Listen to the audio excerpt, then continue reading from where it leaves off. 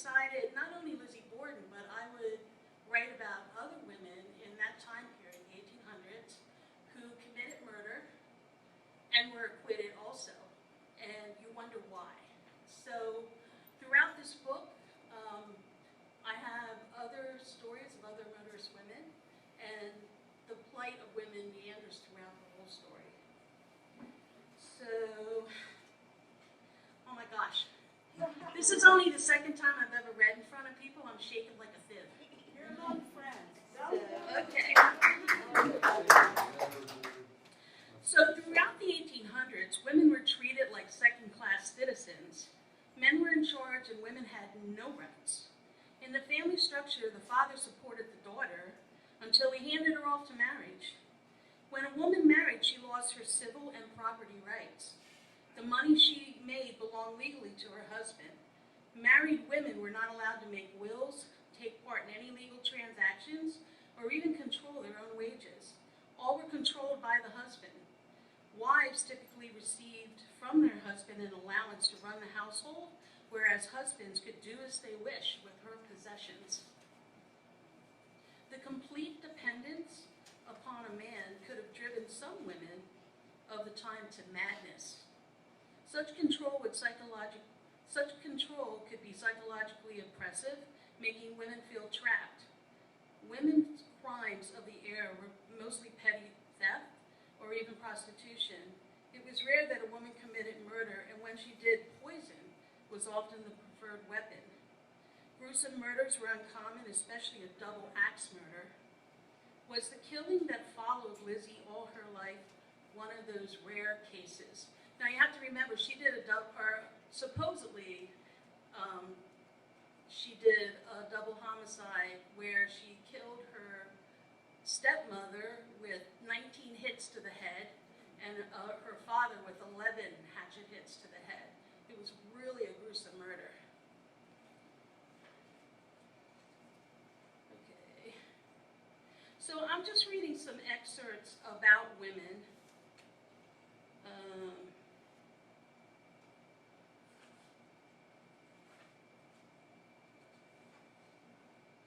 I had all these things bookmarked. Okay. In the late 18th century, murder committed by a woman was difficult for men to understand. They did not believe that a woman was capable of such self-determination and control, assuming that women were passive creatures and held a respectable rank in society. In the courts, lawyers started to look for motives outside a woman's volition and sometimes put the blame on menstrual tension or hysteria. So I'm going to read you a story about exactly how that started. In January of 1865, a distraught Mary Harris shot and killed in Dromorane, Burroughs, outside his office. Mary came from a poor Irish family, and at age 9, her mother sent her off to work with a woman who owned a fancy goods store. One customer, Burroughs, visited the store frequently and got to know Mary. He was in his late 20s, and Mary was 10 when he proposed to mold and fashion her mind by a superior force of his own age, experience, and will in order that she might, at a future period, make him a suitable wife. The two had been a couple for years, and Burroughs led her to believe that they would marry. He evaded commitment, but kept the relationship going with gifts of money and opportunities, such as paying for her education that would improve her life. Mary, 18 years old at the time, stayed behind as Burroughs moved around for work, first to Chicago and then to Washington, D.C. After 2 years, Mary became suspicious and discovered that Burroughs had indeed gotten married to another woman. Her distress was so extreme that Mary Harris entered the Treasury building where Burroughs was working at the time, took out his Sharp's 4-barrel pistol, and shot him once in the back, leaving him to bleed to death. Mary was brought up on charges and pled guilty by reason of insanity in July of 1865. This was the first time in the United States court that expert testimony at a trial supported a plea of temporary insanity. So, the instability supposedly caused by normal female biology was invoked to support the plea. lawyer stated that Mary became moody and depressed. She experienced violent episodes during which she tore up books and attacked friends. Dr. Calvin Finch attributed these episodes to uterine dysfunction. I have to laugh at that. After treating Mary for 3 months, he diagnosed the patients with having severe congestive dysmorphia, pain, and irritability of the uterus. He stated that such uterine irritation always affects the nervous system. In some instances, it develops into insanity, bringing up the mental frailty of women.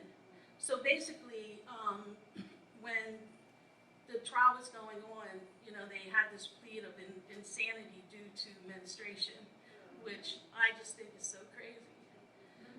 So that plays an important role in the Lizzie Borden case, and the reason I brought this story up is in the Lizzie Borden case, they found, I know this story's so gruesome, they found a pail of bloody rags in the basement, and Lizzie claimed, oh, my menstrual cycle. But nobody, the police did a really shabby job and nobody ever checked it. So was it a pail of, menstrual rags, or was it a cleanup that she did after she killed her stepmother? And we'll never know, and this is an unsolved case, but I found that really interesting. So I'm going to read you one last thing. I do have a chapter called Asylums, because back then, women, unfortunately, if they stepped out of line, the men could put them in an asylum and they would just stay there. So I want to read you a list that I found of reasons